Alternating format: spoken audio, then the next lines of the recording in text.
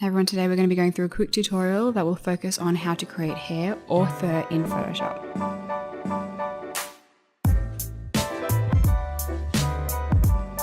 Once your character has been sketched out, create an outline of where you would like your character's hairline to be. Give it shape and direction, but make sure the hair flows from the hairline. It is important to have the hairline, or for short hair, a point where the hair is directing from. This is where you can direct your hair strands from.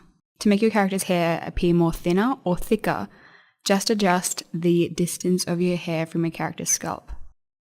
If you want the character to have thick or fluffy hair, use a larger distance.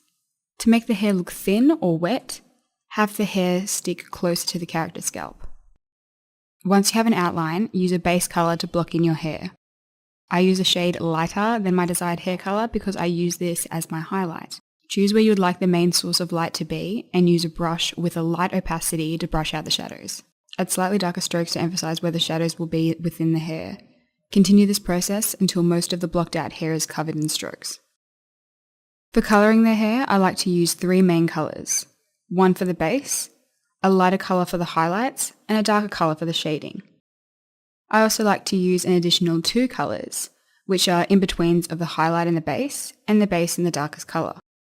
To further demonstrate this, I'll be using a sketch that I previously completed.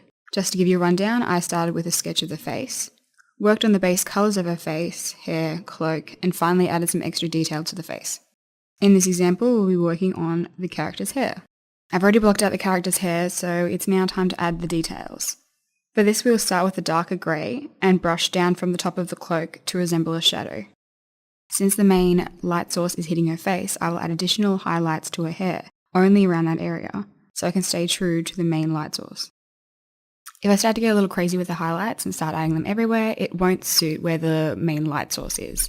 And for that, it just won't suit the final image. To increase and add more shadows to the image, I will add an additional layer. I use a massive brush with the opacity extremely low and go over the areas that I want to be darker in a solid black. Then I change the layer to an overlay and adjust the opacity. That's all for today for our quick little tutorial on hair. For more tutorials, please check out our Zulu 8 website.